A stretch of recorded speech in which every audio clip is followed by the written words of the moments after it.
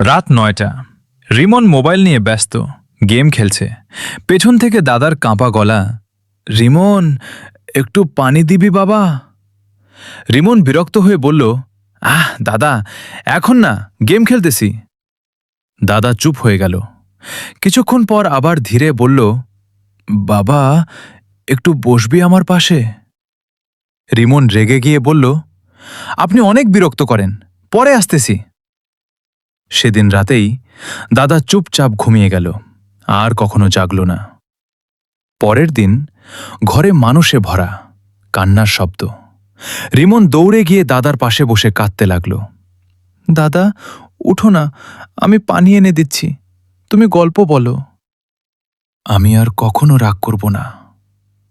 কিন্তু দাদা আর কিছু বলল না, শুধু নীরবতা আর আফসোস।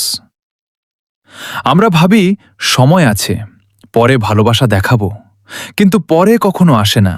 যারা পাশে আছে আজই তাদের একটু সময় দিন, না হলে একদিন শুধু আফসোস থাকবে। যদি এই গল্পটা আপনার হৃদয়ে লাগে, তাহলে দয়া করে আমাদের চ্যানেলটা সাবস্ক্রাইব করুন, কারণ আমরা এমন গল্পই বলি যা আপনাকে আপনার আপন মানুষদের কথা মনে করিয়ে দেয়।